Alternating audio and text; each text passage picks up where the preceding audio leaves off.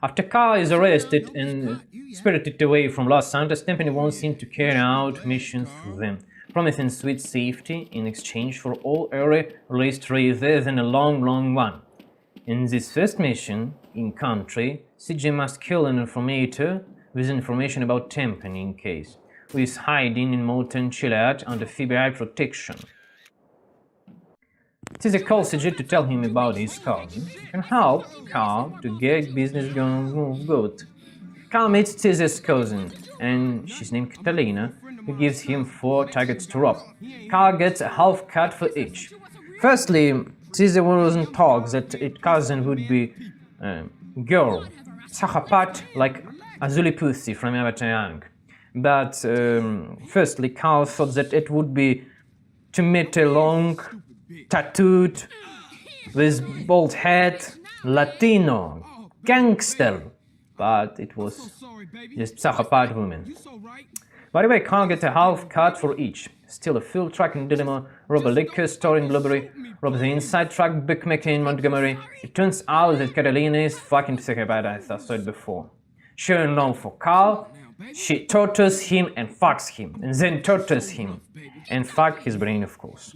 And I say this part with Catalina psychopathic woman, it's very realistic, because I've spoken with some Ukrainian soldiers and cops who were sadistic. The expression of love and respect for each other are even built on ritual humiliation and insults. In their mind, this is how they set on you the part right. You don't know this, but this is how it's works in their head. Tempany introduced CJ to Mr. Truth and tells CJ that he should pay Mr. Truth for marijuana Tempany was brought before. Before paying, Mr. Truth wants Carl to still combine harvester from a farm in Flint Country for him, so that he can grow marijuana in the future. As we understand, marijuana is basically illegal in Los Santos at the point in this game, so Tempany takes the drugs from Mr. Truth and hangs them over to gangs for sale. This is one of the sources of trafficking, as we understand.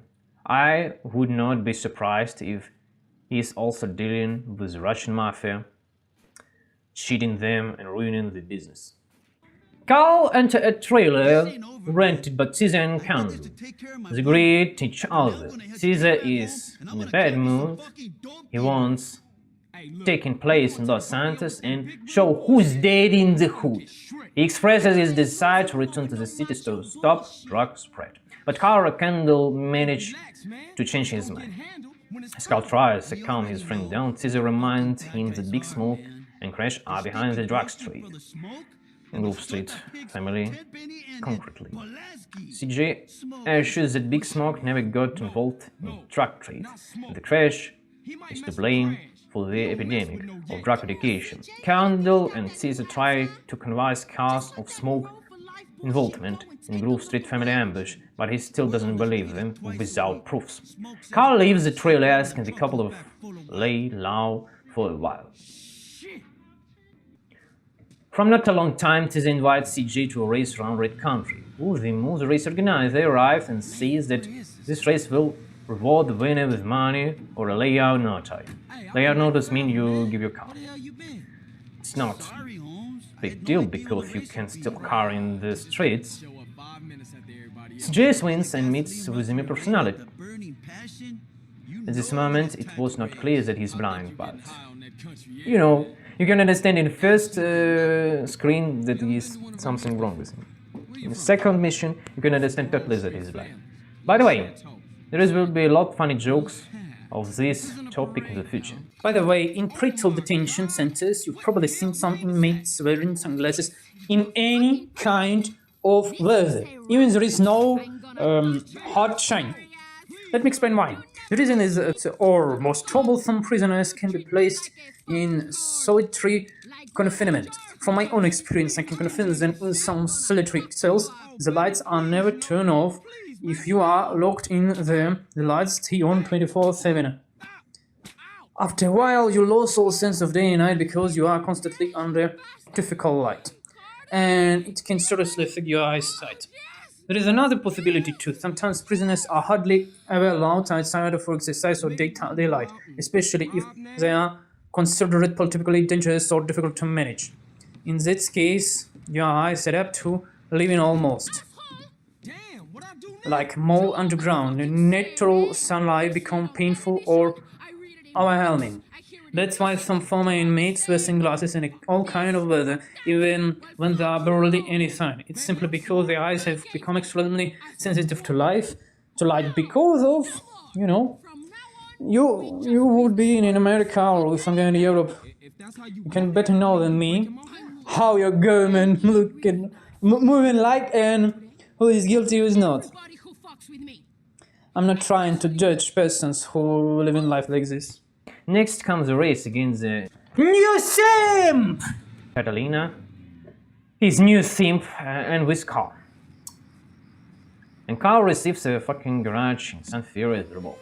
As his Carl says, it's nonsense, unprofitable garage. By the way, it's not a bad place because it's beside the train station. It's a good place for traffic. Having received the garage in St. Furious reward for the race, Carl Johnson meets Mr. Truth at his farm and pays him for the marijuana.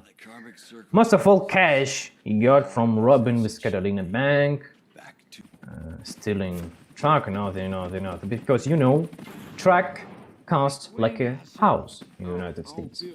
Of course, if you would sell it illegally, you would take more less profit, but by the way, it's a good rate of profit. Later, both of them were ambushed by the police. Trust tells Carl that they must burn down the marijuana plantation and leave the area.